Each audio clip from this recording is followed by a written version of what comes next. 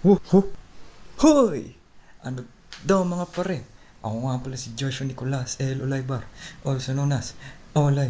At ngayon, naandito lang tayo ngayon sa bahay kasi ngayon, hindi na naman tayo makakapaglakbay kasi syempre, yan ang lakas ng ulan. I mean, ngayon, hindi na masyado umulan pero medyo natatakot ako lumabas. Meron kasing bagyo ngayon, so ingat-ingat kayo. Yan.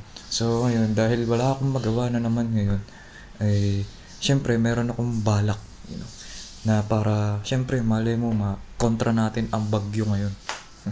'Di ba madalas madami tayong mga pang safety na payong o kaya punta sa mga lang sa mga may bubong ganun kapag nauulanan ganun. Pero meron pang isang pwedeng gawin para mawala yung ulan o bagyo at yun ay kumanta.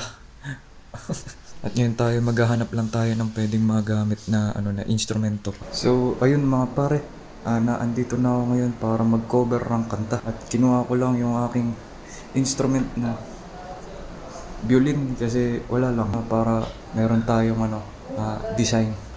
Nais ko sa inyo ipakita ang aking talento para syempre malay mo sobrang lakas kasi ng ulan ngayon, so baka mailigtas ko kayo di ba mailigtas ko kayo kumbaga malay mo mapaalis kayong bagyo ngayon. So ayun, ang kakantayin natin ngayon ay ang kanta na mula kay Mabuhay Singers. Yan.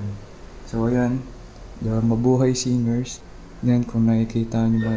Ang title ng kanta ay Laron Sinta. So yun mga pare, nagpe-play na yung ating background music. Hey.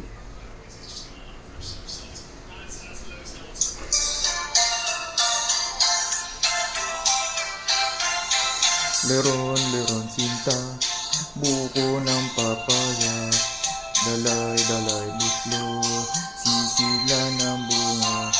Pagdating sa dulo, nabali ang sanga, kapos kapalaran, umanap ng iba.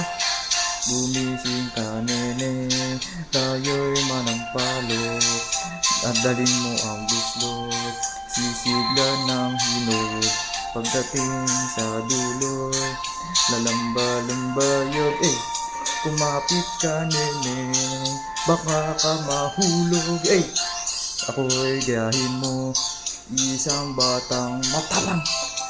Ang baril ko'y pito, ang sundang ko'y siyang, ang lalakarin ko, parte ng binulang, isang pinggang kapansit, ang aking kalaban. Isang pinggan pansit, ang aking kalaban. Maraming salamat. Kasunod pa. At ayun, maraming salamat sa inyo sa pakikinig. At dahil dun, tumigil din yung buhos ng ulan. Kaya, ayun, maraming salamat sa mga taong nag-react. Gustong gusto nyo talaga na mapakita ko ang aking talento. Kaya ayun, maraming salamat sa inyo at ingat kayo. Mukhang kailangan ko ulit kumanta kasi bumuhos na naman yung ulan. Pero di ko na ipapakita ba hindi na di na umulan baka hindi na umulan ng mga kasunod na taon kapag kumanta pa ako ng marami. Siyempre kailangan ng mga halaman natin ng tubig tsaka mga puno. Kaya ayun, maraming salamat sa inyo. See you in the next video.